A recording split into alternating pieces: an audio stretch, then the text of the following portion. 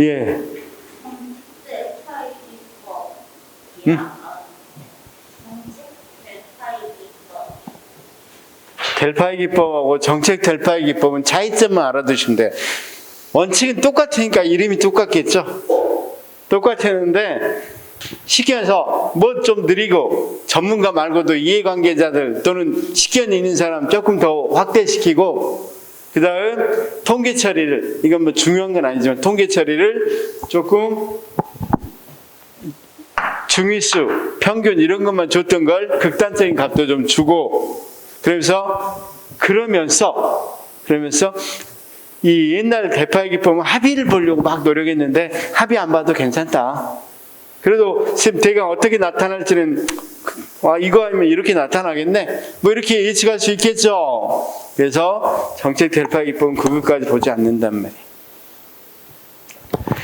선생님, 심지어 정책 델파이 기법은 시험에조차 거의 안 나왔어요. 그냥 델파이 기법이 나왔으니까 굳이 이 정도 차이점 2개만 딱 외우고 델파이 기법이라고 생각하면 돼요. 참, 그리고 이제 익명성을 끝까지 유지하느냐 아니면 익명성을 어느 정도부터는 이제 알려주느냐, 뭐 그 정도 차이가 있다고 생각하시면 돼요. 브레인스토밍은 뭐냐면요, 그 영어 잘 봐봐. 뇌폭풍이죠. 뇌폭풍. 그렇죠? 그러면 다른 게 아니라 창의적인 걸 생각해내는 거예요. 창의적인 걸 생각해. 그래서 자, 이렇게 하는 거야.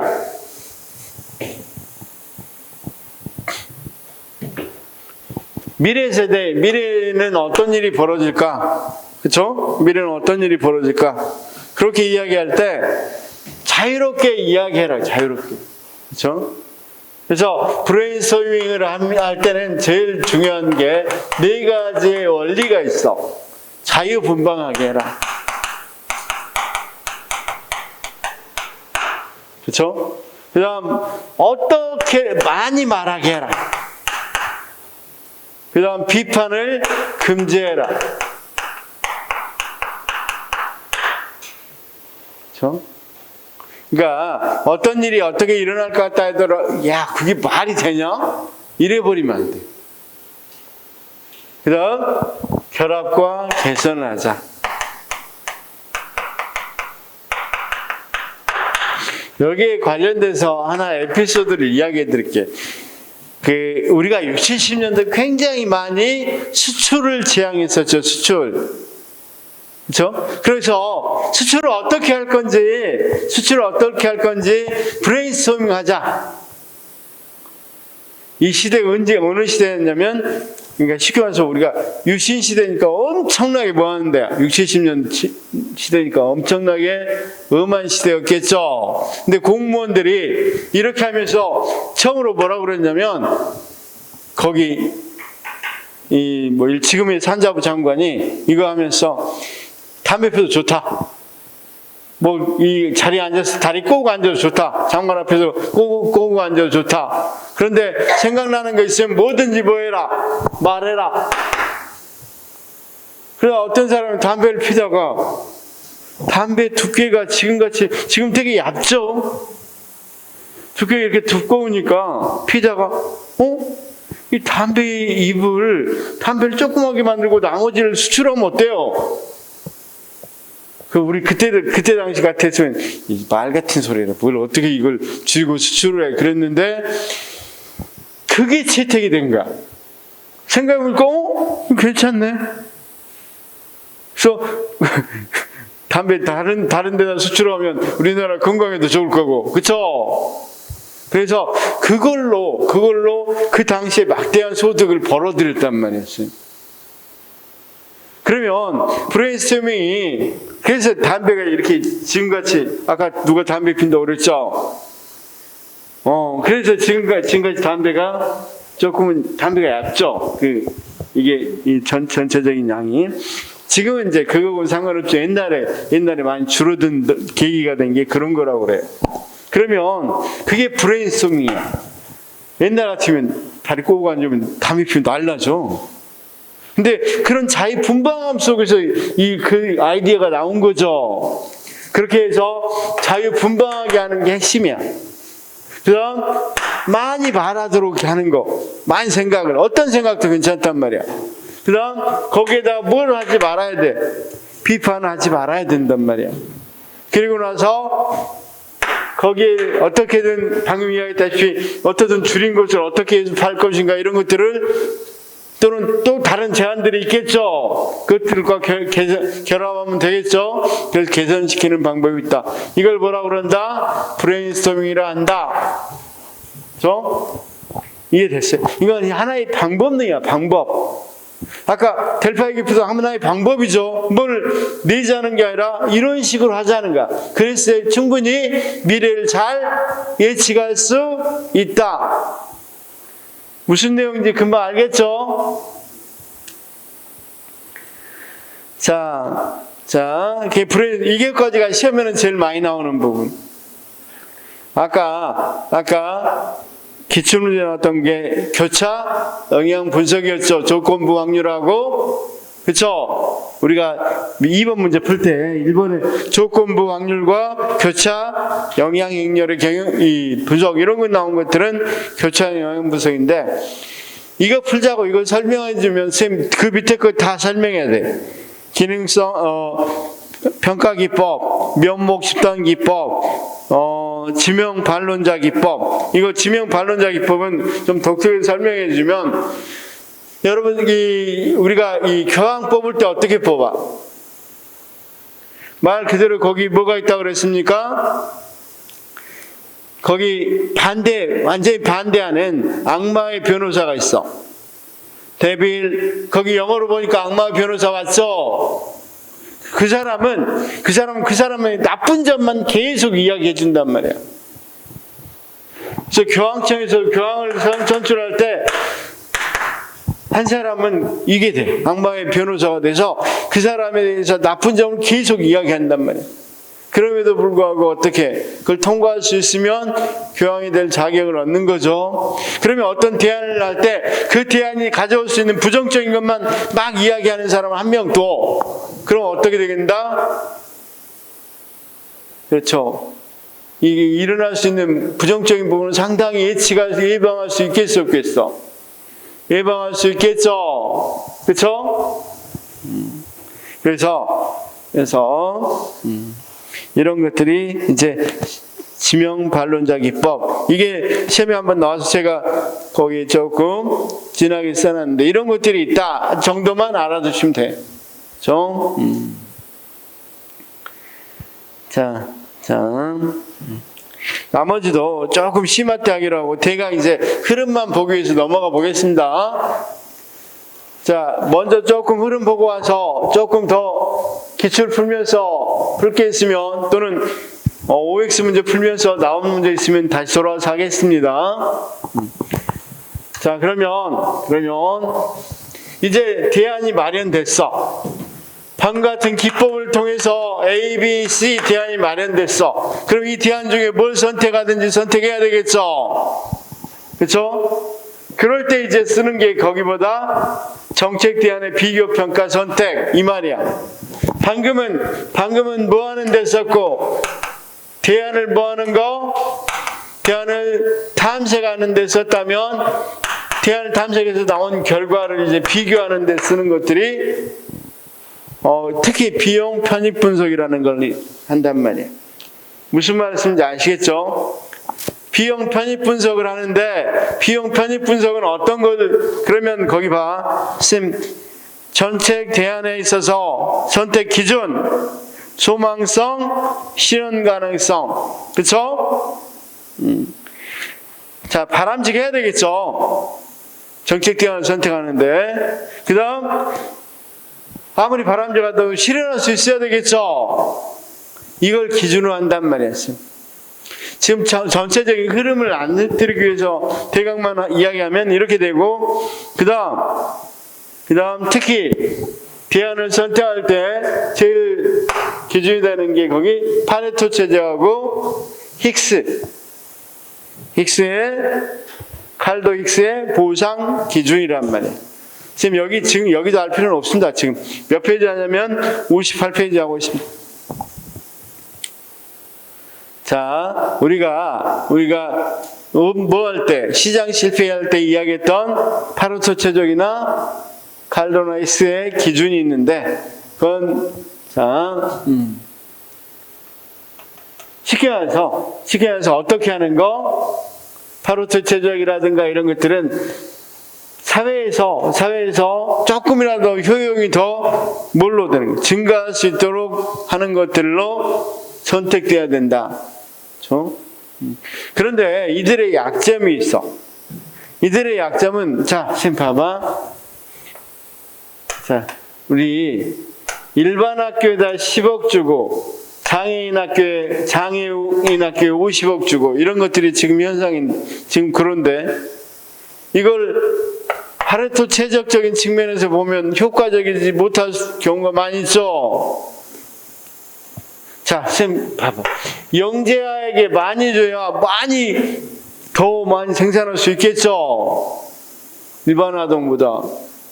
그런데 일반 아동에게 더 많이 주는 것은 효율성 측면에서는 떨어지지만 공정성 측면에서는, 형평성 측면에서는 바람직하죠. 그럼 결국은 파레토 최적이나 칼도나이스의 기준은 무엇은 충족 못해? 형평성 기준은 안 돼. 효율성 기준만 된다. 이걸 알아두시면 좋겠다. 자, 그 다음에 이제 BC 분석이라는 걸 해보도록 하겠습니다. 이것도 아주 간단한 것만 먼저 전체적인 대안을 이야기해 보겠습니다. 그러면 A 대안을 선택할까요? B 대안을 선택할까요? 우리 A 대안, B 대안.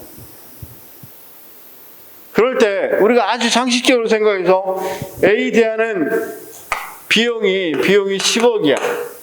B 대안은 A 대안은 그 코스트 비용이 10억이 들어가고 여기는 비용이 똑같이 들어간다고 합시다. 10억 들어가고. 근데 여기는 편익이 효과가 거기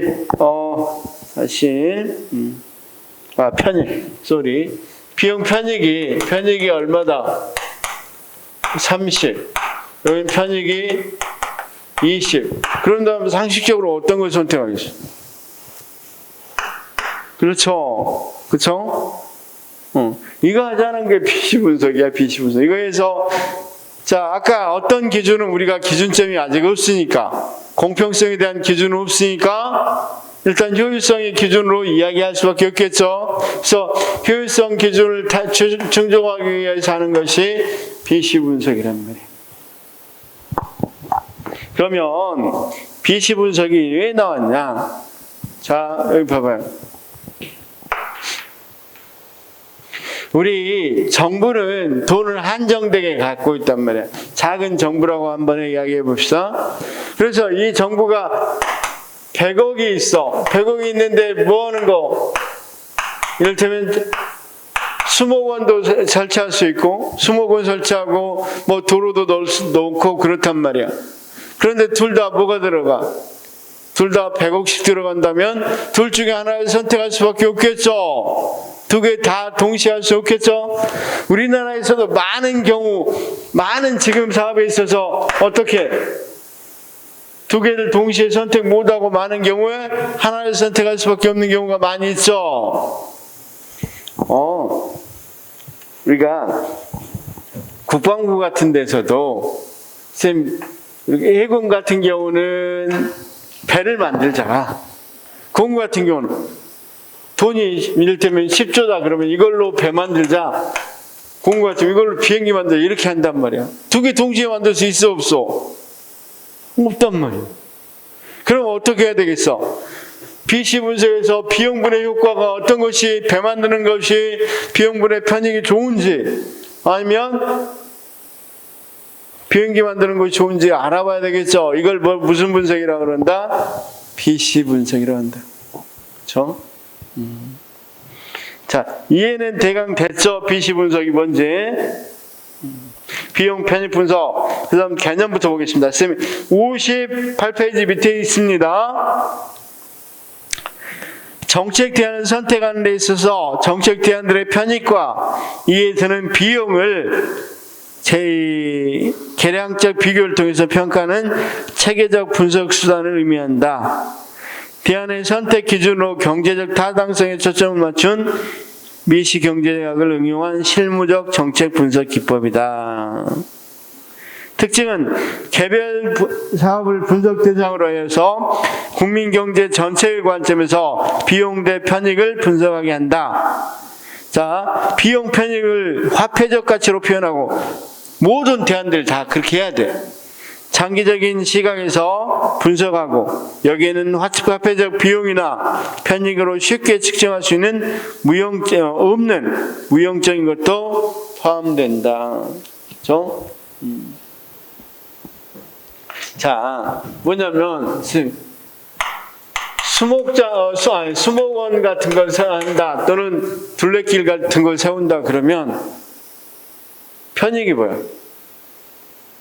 사람들 휴식? 마음의 편안함? 그거 얼마야? 상당히 어렵죠. 이런 것들조차도 화폐로 바꿔야 된다는 거예요. 특히 우리가 어떤 부분에 있어서는 사적인 데에서는 개인 간에 할 때는 이건 굉장히 비용을 칼같이 계산할 수 있는데 이런 거 감안 안 하잖아. 몇 명 들어올지 이런 것들만 감안해서 돈이 얼마 들어가면 편익이 얼마 될지 금방 알 수 있겠잖아. 그런데 이 국가는 그런 거 안 따져야 된단 말이에요. 사람이 한 달에 1명, 2명 지나가더라도 뭐 해야 돼? 가로등 세울 때 되면 세워야 되겠죠. 아니 우범 지역이면 가로등 세워야 되면 세워야 돼. 가로등 하나 세워놓으면 맨날 켜놓고 돈만 들어가고 효율성의 뭘로 보면 문제가 많지. 그런데 그런 건 무형적으로 우리가 심리적 안정을 준다. 이 마을 사람들한테 그러면 해야 되겠죠. 우리가 이렇게 완전히 뭘로만 심리적인 거, 무형적인 거 빼고 건설해라. 그러면 공공사업 하게 되면 없어야 될 게 굉장히 많을 거란 말이에요. 그쵸? 여러분, 섬하고 이렇게 대교를 하나 건설하는 것도 얼마나 비용이 많이 들어. 근데 그 이용한 사람 보면 한심하죠? 그런 건 다 마찬가지란 말이에요. 그래서 무형을 또 뭘로 한다? 화폐적 가치로 환산해서 계산한다. 현금의 유입과 유출이 0인 비용은 기회비용이다. 편익은 소비자의 잉여의 개념을 활용한다. 그렇죠? 그래서 어떤 걸 활용한다 비용에 있어서는 기회비용. 그렇죠? 편익은 소비자의 잉여. 소비자가 얼마나 어떤 이득을 갖는지 이것에 중점을 둔다. 분배적 차원이 아닌 경제적 효율성에 초점을 두고 아까 형평성 차원은 못 한다고 그랬죠? 어떤 거? 효율성에 중점을 둔다고 그랬고 미국의 테네시강 유역 개발에서부터 시작됐다. 뭐 이렇게 정도 알아두시면 되겠죠? 거기 절차가 있는데 한번 좀 보시기 바라고. 자, 그러면 이제 제일 중요한 게 B하고 C를 어떻게 알아내는가. 그걸 BC의 추계라고 그러는데 BC 편익의 추계. 비용은 현금의 지출이 아닌 실질적인 비용으로서 기회비용 개념을 활용한다. 알아두셔야 되겠죠. 그 다음 매몰 비용은 고려하지 않는다. 자, 기회비용과 매몰비용의 차이는 어떤가요, 쌤? 이것만 용어만 좀 이해하시면 돼. 기회비용은, 자, 우리 쌤, A가 대학을 들어가서, 만약에 대학생활 하면서 학자금 이렇게 해서 5천만 원 썼으면 비용은 얼마야? A가 대학교 다니면서 들어간 비용은 5천만 원인데 사실은 잘 봐요. A가 대학 안 가고 회사에 갔으면 벌어들 돈이 5천만 원이다. 그럼 A가 쓴 비용은 얼마야? 실제 쓴 돈 말고도 기회비용까지 하면 1억이죠. 이런 게 기회비용이에요. 기회비용. 그러면 A 사업을 안 하고 B 사업, 아까 수목원을 안 넣고 다리를 건설했다 그러면 수목원을 놨을 때 들어가는 이익 같은 것들이 기회비용이 될 수 있겠죠. 무슨 말씀인지 아시겠죠? 기회비용. 근데 매몰비용은 뭘 매몰비용이라고 그랬어? 이미 들어간 비용. 이미 얼마 들어갔다. 이건 매몰비용인데 이건 아예 비용으로 안 쓴다.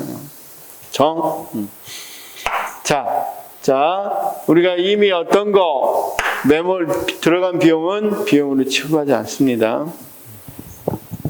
그런데 그냥 거의 외우다시피 해놓으시면 됩니다. 편익은 현금적 편익이 아닌 실질적 편익으로서 소비자의 잉여, 소비자가 지불해도 좋다고 인식하는 금액과 실제 지불하는 금액의 차이. 그래서 소비자의 잉여의 개념을 활용한다. 공공투자사업의 편익이 발생하는 기간은 물리적 수명보다는 경제적 수명으로 설정한다. 그렇죠? 자, 물리적으로는 존재하지만 이미 경제적으로 의미가 없으면 끝난 것이 돼. 끝난 것이. 공원이 있는데 공원이 있긴 있어. 근데 사람이 이용 안 해. 그러면 이용이 있더라도 이미 수명이 끝난 걸로 본다는 거야. 경제적 수명으로. 측정이 곤란한 비용과 편익의 추정 잠재 가격. 비용의 편익의 산정 시 공공부문의 경우 시장 가격이 부재로 그림자 가격이라고 하는데 잠재 가격이 작용하는 경우가 많다. 잠재 가격의 설정은 시장 가격을 믿을 수 없거나 사용할 수 없을 때 편익 비용의 화폐 가치에 대해서 주관적으로 판단한다. 그렇죠? 그래서 우리가 공원이 주는 안락함, 아까 수목원이 주는 안락함, 이런 것들은 시장에서 팔기가 어렵죠. 이런 것들은 잠재 가격으로 할 수밖에 없다. 자, 그래서 자 봐봐, 쌤. A 사업을 할 건지 B 사업을 할 건지 우리가 뭘 해야 되겠어? 선택을 할 때 이들은 다 현재 가치로 바꾸어서 비교해야 돼. 무슨 말이냐면 A 사업은 3년 사업이고 B 사업은 5년 사업이다. 그럼 이들의 이 A의 편익은 5년간 지속되고 B의 편익은 7년간 지속되고, 그러면 어떻게 돼야 되겠어? 이들 다 계산해야 되겠죠? 그래서 현재 가치로 다 바꿔서 계산한단 말이에요. 다시 뭘로 바꾼다? 현재 가치로 바꿔서 계산하기 때문에 현재 가치로 바꾼다. 자, 그래서 현재 가치로 교환 비율을 뭐라 그런다? 할인율이라고 합니다. 할인율. 자, 아주 쉽게 설명해 보겠습니다. 쌤 좀 들어보십시오. 자, 올해 100만 원은 내년에는 얼마의 가치가 있을까? 올해입니다. 영분기라고 합시다. 100만 원이 있다. 그러면 내년에는 어떻게 되겠어? 내년은 1로 합시다. 얼마의 가치가 있겠어?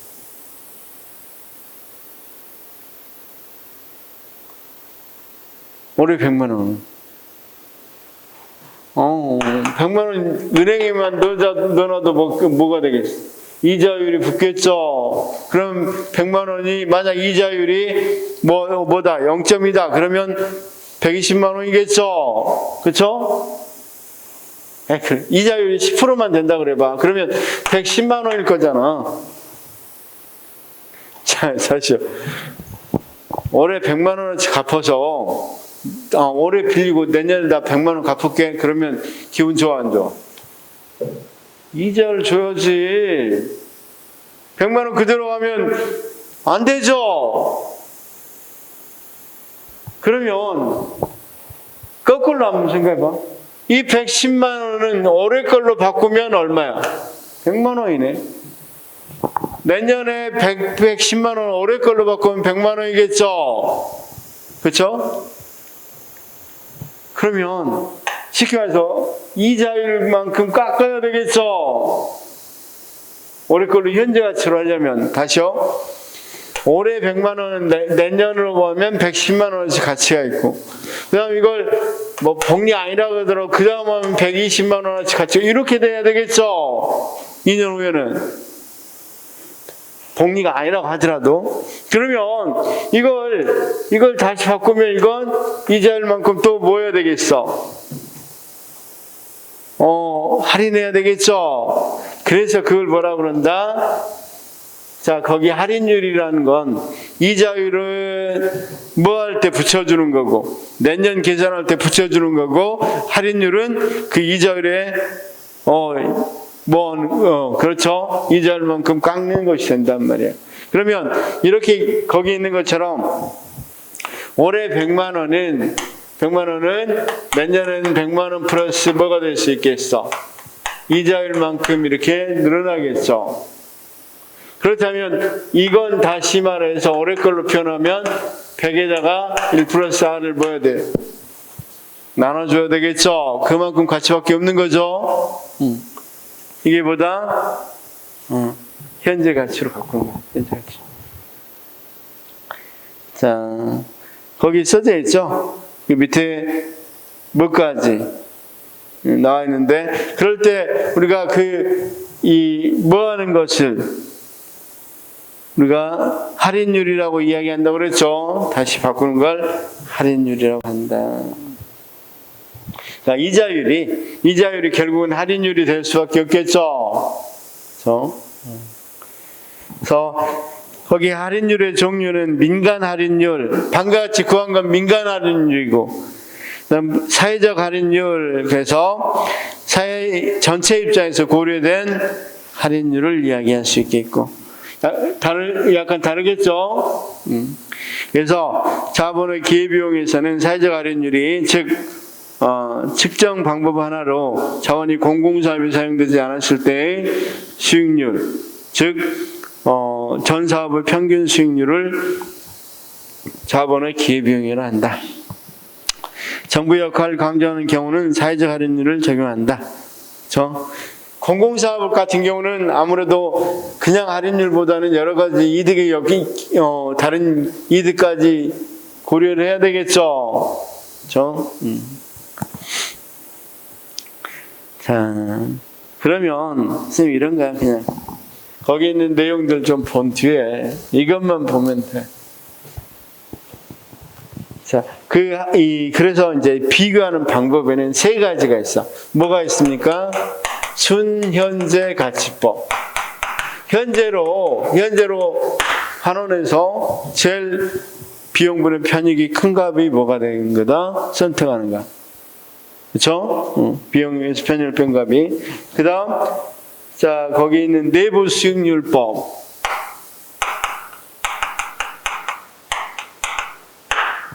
그렇죠? 그 다음, 거기 이 편익 비용 비율법, 편익 비용 비 이렇게 되어 있죠.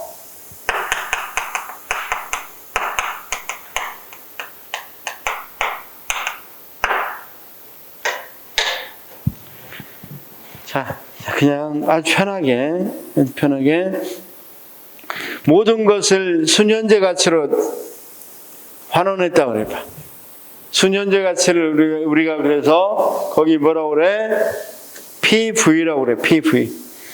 완전 순. 그래서 NPV라고도 한 데도 있고 PV라고도 할 수도 있어.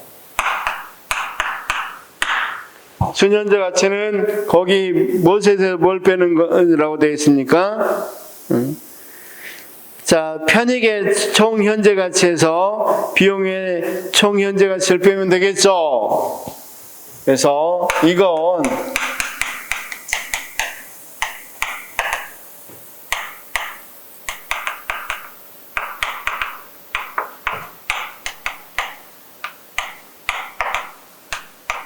그냥 수식 없이라도 이렇게 생각할 수 있단 말이야. 그쵸? 수식 없이. 아까 만약에 수익이 뭐 100만 원 그 다음에 뭐 이를테면 그 뒤에는 110만 원, 150만 원 이렇게 나더라도 3년 후에 150만 원 나더라도 이건 할인해서 뭐 해야 되겠어? 올해 걸로 생각해서 해야 되겠죠? 그쵸? 그래서 일단, 그러면 이건 아주 간단했어요. 자, A안을 이렇게 제외해보니까 편익의 총 현재 가치가 300이야. 근데 총 비용은, 편익의 총 비용은 200이야. B안은 300이고 여기는 250이야. 그럼 어떤 안을 선택해야 되겠어? A안. 그러니까 그다음 여긴 두 가지 물어볼 수 있습니다. 이렇게 물어볼 수 있겠고, 사업을 할 것인지 말 것인지를 정한다고 해봐. 자, 이런 비교 문제가 아니라 A라는 사업을 해야 될지 말아야 될 건지, 이 다리를 건설해야 될 건지 말아야 될 건지, 이걸 정할 때는 편익의 총 현재 가치가 비용의 총 현재 가치보다 뭐 하면 좋겠어? 0보다 더 크면 무조건 이득이죠.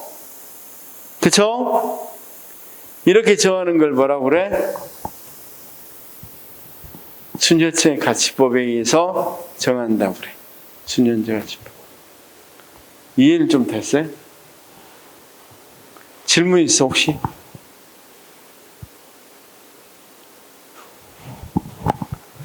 자, 내부 수익률은 이런 거야, 쌤. 직관적으로 한번 생각해 봅시다. 그냥 우리가 수식 없이 그냥 직관적으로 내부 수익률이라는 것은 내부적으로 순위 현재 가치를 0으로 정하는 것을 우리가 내부 수익률이라. 내부 수익률. 여기도 했더니 완전히 분필이 묻어버려. 그냥 간단히 생각해봐. 그냥 쉽게 해보려고 하는 거니까. A안을 내부 수익률로 해봤더니 10%야. A 대한. B는 8%야. 7%. C는 3%야. 근데 이자율이 5%야. 그럼 우리 쌤들 어떤 하나를 선택하겠어?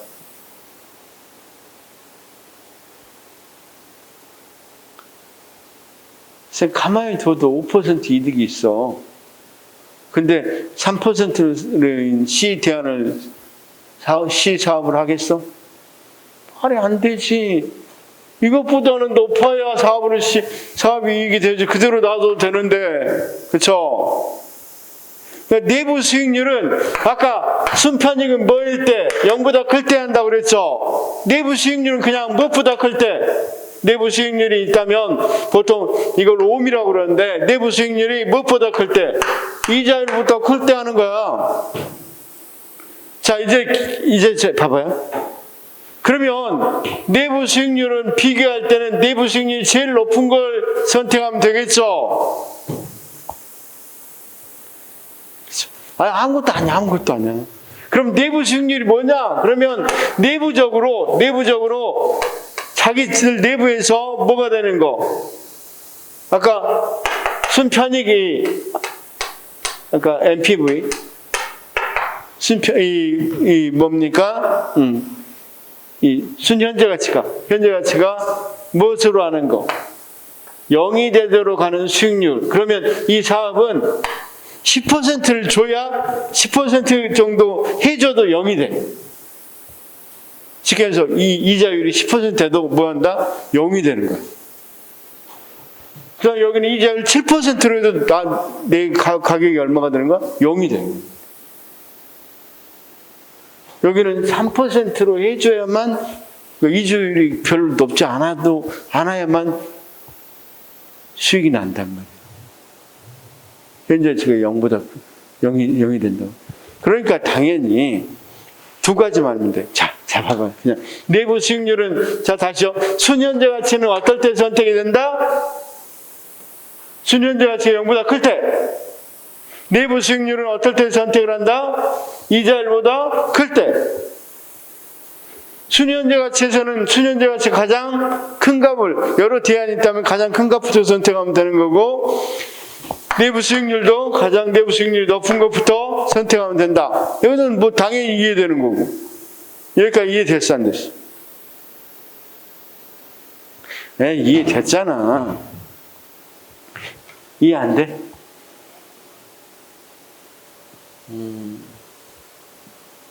자, 뭐가 안 돼? 뭐가? 그래서 내부 수익률이라는 것은 내부적으로 사업을 A 사업할까 B 사업할까 C 사업할까 했을 때 내부 수익률이 10%나 돼. 그 다음 B 사업은 5%, 7%, C 사업은 3%야. 근데 시중 이자율이 5%야. 그러면 이자율보다 낮은 거 하면 되겠어, 안 되겠어? 아니, 그러려면 그냥 은행에다 넣어놓지 뭘로 사업해. 여기까지 알겠지? 그러면 내부 수익률을 우리가 뭐 옴이라고 이렇게 표현하기도 합니다. I로 표현하기도 하는데 많이 이렇게 표현해요. 그러면 이 값이 무엇보다 이자율보다만 크면 사업에도 망하지 않겠죠? 좋겠죠? 괜찮죠? 적으면 그냥 이자율 따먹는 게 낫잖아. 여기까지 이해가 되잖아. 그럼 내부 수익률이 뭐냐? 이 용어가 내부 수익률이 어떻게 정해지냐? 그러면 이건 그냥 내부적으로 순현재 가치 NPV가 0이 되는 것을 내부 수익률이라 한다. 내부적으로. 그러니까 외부에서는 알 수 있어 없어? 알 수 없어 그냥. 자, 여기까지 이해는 됐어? 그러면 이거하고 이건 같아요, 쌤. 같아. 단 여기는 뭐에서 뭘 뺐어? 자, 편익의 총 현재 가치에서 편익의 비용의 총 현재 가치를 뺐다면 이건 그게 아니라 몇 분의 뭐야? 그냥 비율이야, 비율. 그럼 여기는 비용의 총 현재 가치. 현재 가치가 비용이 500억 들었어. 그 다음, 편익의 순현재 가치가 얼마 이상 돼야만 할 수 있겠어? 최소한 500억 이상은 돼야 비용분에 뭐가 맞춰지겠어? 편익이 맞춰지겠죠? 그러면, 여기가 500억이면 여기 위에도 500억이어야 되니까 최소 어떻게 되겠어? 1이 되겠죠? 그럼 최소한 1보다는 뭐가 돼야 되겠어? 편익 비용 비율이 커야만 하겠죠. 정리해 보겠습니다. 정리하겠습니다. 어떨 때 사업을 할래? 그러면 이럴 때 사업하겠습니다. 순현재 가치는 어떻게 될 때? 무엇보다 클 때? 순현재 가치는 무엇보다 더 클 때? 0보다 더 클 때. 내부 수익률은 무엇보다 더 클 때? 이자율보다 더 클 때. 그 다음 편익 비용 비율은 1보다 클 때 사업하겠다. 뭐 이건 다 아는 거고, 여러 대안 중에서 어떤 거 할래? 큰 것부터 하는 건 다 좋겠죠? 여기까지 뭐 어려워 이게. 그런데 내부 수익률에 조금 문제가 있네요. 자, 봐봐. 만약에 30억짜리하고 3천억짜리가 있어. 30억짜리 수익률이 10%고 3천억짜리 수익률이 1% 하더라도 누가 더 실제 돈은 더 많아? 30억짜리 수익률 10%는 4억밖에 안 되죠.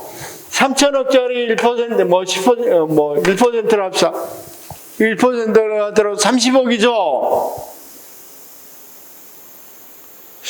내부 수익률로 이걸 선택할 수 있겠는데 이렇게 규모까지 보면 달라질 수도 있겠죠.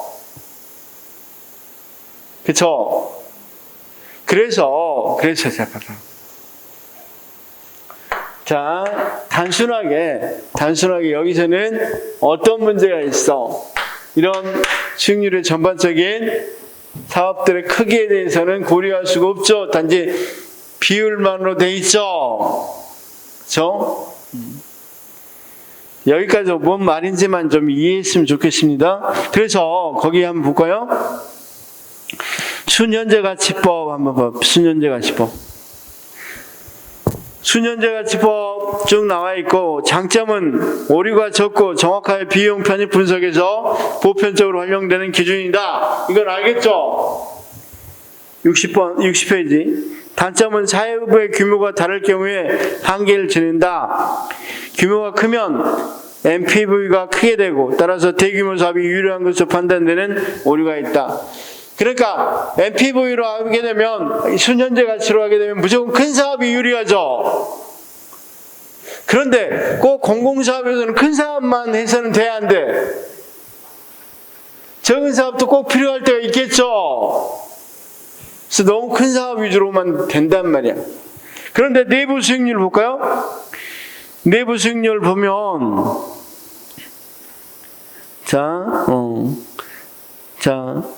먼저 편익 비용비를 봅시다. 편익 비용비가 1보다 큰 경우에는 사업의 당사성이 있다고 보며 편익 비용부가 가장 큰 대안이 최선의 대안이 된다. 이건 다 알겠죠? 사업의 규모가 다를 때 PV를 보완하기 위해서 보조적으로 이용되기도 한다. 규모가 다를 때 많이 사용합니다. 편익 비용비, 편익 총 현재 가치가 편익의 총 현재 가치를 비용의 총 현재 가치로 나눈 거죠. 그래서 거기에 선생님 봐봐. 거기 25니까 A 대안은 얼마여서 편익 순현재 가치로 하면 100만 원이니까 100만, 10만, 1000만, 10억, 100억. A 순현재 가치는 100억이죠. 그런데 비용 편익 비율로 하면 1.5입니까? 1.5죠. 그 다음 B안은 B안이 아니라 KL이구나. 미안합니다. KL로 들어가죠.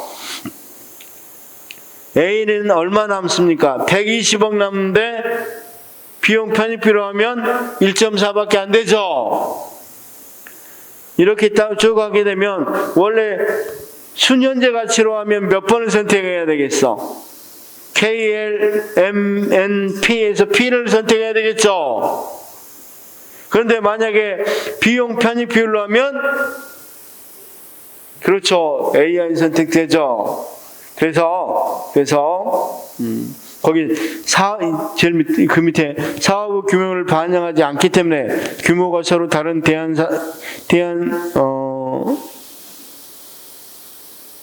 대안시에 비교에 용이하고 순현재 가치 법은 순편익의 절대적 가치에 역점을 둔 데 비해서 비용 편익 비율법은 능률성에 초점을 둔다. 무슨 말인지 알겠죠?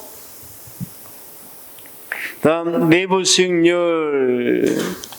내부 수익률은 편익의 총 현재 가치 비용의 총 현재 가치를 일치시키는 할인율을 말하고, 순현재 가치를 0으로 만드는 할인율 또는 편익과 비용의 비율을 1로 만드는 할인율을 의미한다. 내부 수익률이 기준 할인율, 그러니까 시중 금리보다 상회하면 사업의 타당성이 있다고 본다. 할인율이 주어지지 않을 때 내부 수익률을 통해 사업 대안 간 평가가 가능하다. 즉 아까 같이 이자율이 없을 때 이건 가능하단 말이에요. 처음 할인율 주어지지 않을 때. 사업의 구조에 따라서 복수 내부 수익률이 발생할 수 있고, 이럴 때 이건 수리적인 것 때문에 그래. 수리적인 것. 나중에 보겠지만 거기 내부 수익률 수리에서 첫째 원은 1차원인데 갈수록 n차원으로 굉장히 변수가 많아져 버려요. 그래서 이럴 때 적용 기준이 뭐였다. 이건 수리적인 거라 크게 이래서 그렇게 할 필요 없이 이건 뭐한다? 변수가 너무 커져. 내부 수익률이라는 것이 뭐다 보니 1년도 것만 아니고 2년도 것, 3년도, 4년도 이렇게 하면 1년도 걸 내부 수익률로 할지 2년도, 3년도로 할 건지 굉장히 다양하게 되겠죠. 그래서 어렵다. 이렇게 알아두시면 돼요.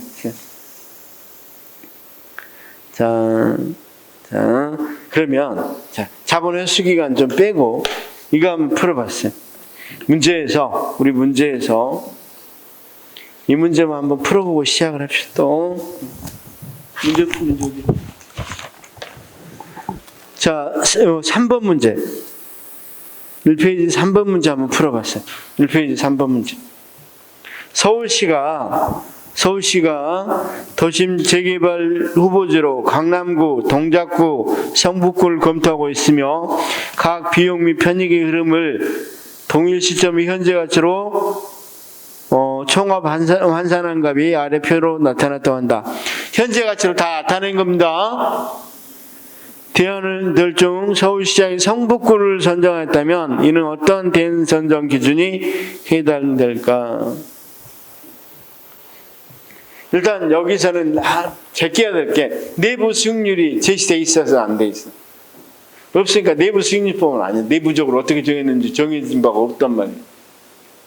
그러면 자, 만약에 순현재 가치법으로 강남구를 한번 해봅시다. 얼마에서 얼마를 빼야 되겠어? 편익이 90이니까 90에서 75를 빼면 얼마야? 15. 그 다음 동작구는 90에서 60을 빼니까 30억. 그쵸? 그 다음 성북구는 36에서 20억을 빼니까 16억. 만약에 순현재 가치법으로 했다면 어떤 구가 선정되겠어? 동작구죠? 근데 비율로 해봅시다. 비율로. 자, 비용 편익 비율로 해보니까 강남구는 얼마 나왔어요? 비용 90을 75로 나오면 1.2. 동작구는 1.5. 그 다음 성북구는 1.8. 그쵸? 그럼 제일 비율이 높은 곳이 어디야? 근데 뭘 선택했대? 성북구를 선택했으니까 이건 어떤 거다? 그렇죠. 비용 편익 비율로 했다. 이런 데 쓰기 위한 거야, 이런 데. 자, 문제 풀 때는 이런 데 이렇게 풀어보면 돼. 문제를 절대 어렵게 안 내요. 그냥 무슨 말인지만 알게끔 이게 이해됐는지 가지고 낸다고. 그쵸? 그러면 지금 그 뒤쪽에 하기 전에 문제를 조금만 더 풀어봅시다. 19번. 19번 한번 풀어봐, 19번. 선생님, 빠른 시간에 한번 19번 풀어봐.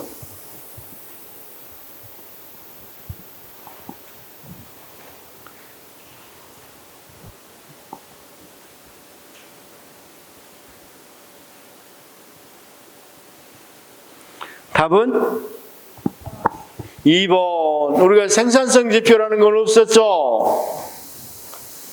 그 다음 20번은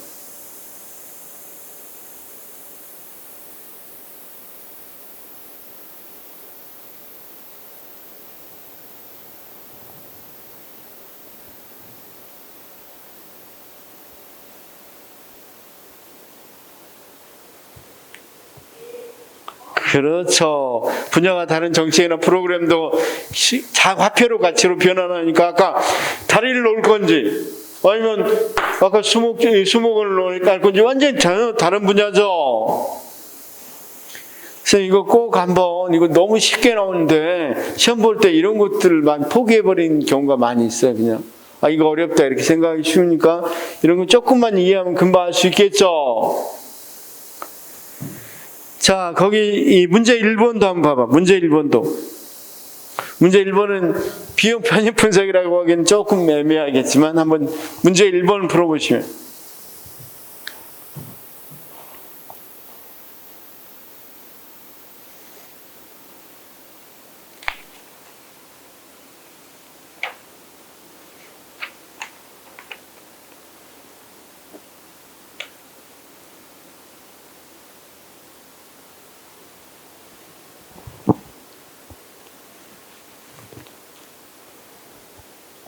대표적인 것만 알면 시험 문제는 거의 다른 건 안 나와요. 대표적인 것만 돼요. 그렇죠?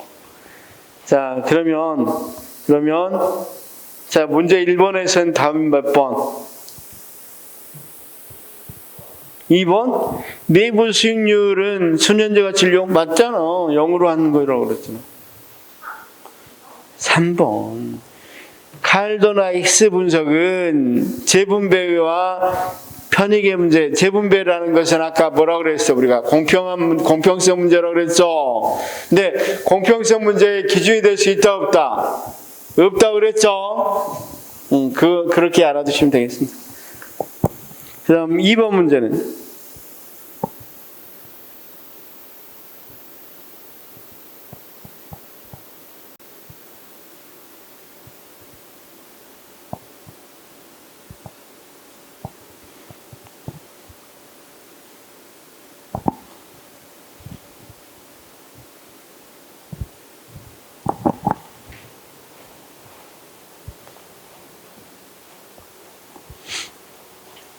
딱 봐도 자, 우리가 이자율이 봐. 만약에 지금 100만 원은 이자율이 5만 원일 때 얼마야? 몇 년에? 105만 원이겠죠? 아니, 미안해. 5만 원이야. 5%일 때. 이자율이 5%일 때 얼마겠어? 5%일 때 105죠. 그럼 이거 자, 수년제로 가치로 바꾸려면 얼마를 할인해야 돼? 5%를 할인해 줘야 되겠죠? 여기에 105만 원인데 5% 할인해서 100이야 되겠죠? 이런 식으로 돼야 되겠죠? 뭐 여기 한번 10%라고 하면 여기는 당연히 10%를 할인해야 되겠죠? 그러면 어때? 그러면 만약에 100만 원 있고 이자율이 20%야. 그럼 여긴 120만 원하고 지금의 100만 원하고 똑같죠? 그럼 여기 할인율이 얼마야? 20%죠? 그럼 할인율이 크면 클수록 어때? 수년제 가치로 바꾸면 이걸 봐봐. 여기 110이면 110이었다고 생각해봅시다. 110을 여기를 모르고 110이었다고 해봐. 그러면 수년제 여기는 몰라야 되잖아. 그냥 지금 내년 보니까 120이야. 이걸 20%라 할인하면 훨씬 여기가 얼마나 되겠어? 여기는 10%만 할인하니까 여기 120이라고 그러면 돼. 110만 원이지만 이걸 20% 할인하면 여기는 10% 할인하면 100만 원이지만 여기로 20% 할인하면 90만 원밖에 안 되겠죠. 90만 원은 아니겠지만 그렇게 적어지겠잖아. 그쵸? 그러면 이렇게 말할 수 있을까? 할인율이 크면 클수록 수년제 가치는 적어지고 할인율이 크면 클수록 이 오래 장기간 사업에는 불리하겠죠. 오래 걸리는 사업에는. 그쵸? 왜냐하면 그만큼 현재 가치로 바꾸면 적어지니까. 그쵸? 무슨 말? 그러니까 이건 거의 이런 문제 형태로만 나와요. 그렇게 거의 외우면 되거든요. 할인율이 높으면 뭐한다? 수년제 가치가 떨어지고 수년제 가치가 떨어지면 그만큼 사업성이 떨어진다. 이렇게 알면 되겠죠. 그래서 이걸 바꾸면 거기 있는 4번 질문을 바꾸면 투자한 비용에 비해서 효과가 장기적으로 발생한다면 할인율이 높을수록이 아니라 낮을수록 순현재 가치가 크게 평가되어 경제적 타당성이 높게 나타난다. 이렇게 해야 되겠죠. 할인율이 낮아야 아까 할인율이 낮아야 뭐겠어. 20%는 10%야 돼야만이 그 다음 여기도 가치 있는 거가 되고 여기 돈 나온 것도 가치 있는 것이 되겠죠. 예. 3번이요. 3번 문제. 자, 수년제 가치로 하면 무조건 빼면 돼. 전부 다 뭘로 했다 그랬으니까. 수년제 가치로 환산했다 그러니까. 그래서 거기 강남구 그러면 편익이 얼마야? 90에서 75를 빼니까 얼마? 15. 그 다음 강입니다. 그 다음 거기 동작구 동은 얼마입니까? 수년제 가치가 90에서 비용이 60이니까 얼마입니까? 30이죠. 그 다음 거기 있는 성북구 비용이 얼마요? 36. 그런데 편익은 20. 얼마? 순현재 가치로 한다면 어떤 구가 선정돼야 되겠어? 동작구가 돼야 되겠잖아. 그런데 자, 편익 비용 비율로 하겠습니다. 편익분의 비용 비율로 하겠습니다. 비용비로 하면 먼저 강남구 얼마 대 얼마? 75 대 90 이렇게 해야 되겠죠. 이걸 계산해 보면 얼마? 1.5 그쵸? 1. 얼마? 1.5 맞죠? 강남구. 계산해 봐. 1.5 맞아. 1.2 미안 1.2. 그 다음 동작구는 동작구가 더 높나? 동작구 1.2 맞다. 동작구는 몇 분의 몇? 60에서 90이니까 1.5 그쵸? 그 다음 거기 있는 성북구는 20에서 36이야. 그러니까 약 1.8 정도 되겠죠? 1.8이죠? 약이 아니라. 그러면 만약에 편익 비용으로 하다 보면 어떤 구가 선정이 되겠어? 제일 높은 구 어디야? 성북. 그런데 서울시장이 어떤 구로 선정했대? 그러니까 뭘로 했다는 걸 알 수 있어? 편익, 편익 비용비. 그쵸? 거기 비용 편익비. 그쵸? 비용 편익 비용. 이거 쉽잖아. 어려워요?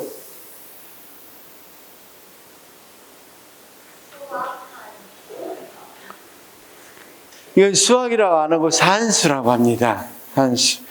제가 수년제 같이 더하는 것 같은 것도 그런 건 다 빼버렸잖아. 말로만 하고 있잖아. 공식 안 넣고, 공식 아니라 그냥 기호 안 넣고 이야기하고 있잖아, 그냥.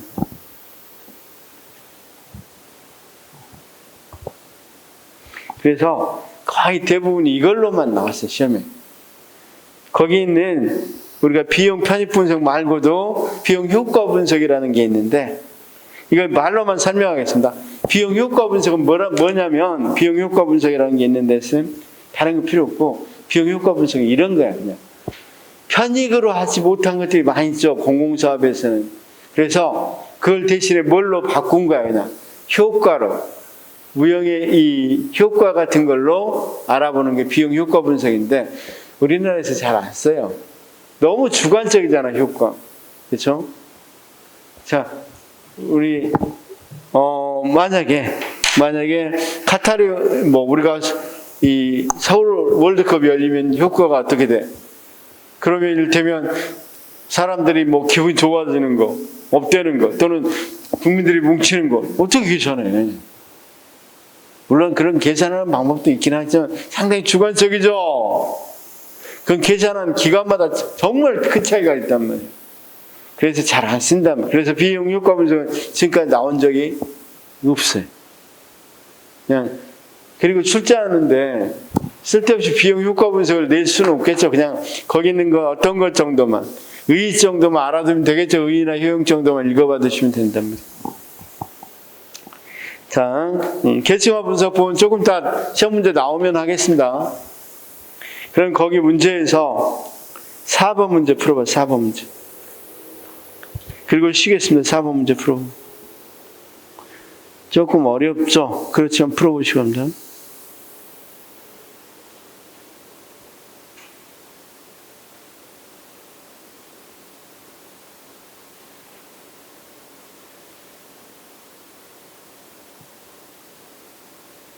이건 어렵진 않네. 금방 또 답이 나오겠네. 그러니까 쌤 비용 효과가 계산 문제 거의 안 나온다면 딱 한 문제 지금 나왔답니다.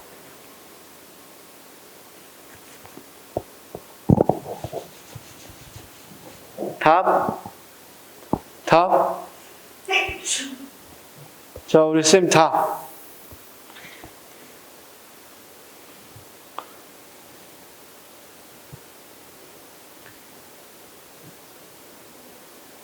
몇 번째일 거야? 3번. 그쵸? 우리가 비용 편입 분석은 뭐가 안 된다 그랬어. 공평성 문제는 못 다룬다 그랬죠?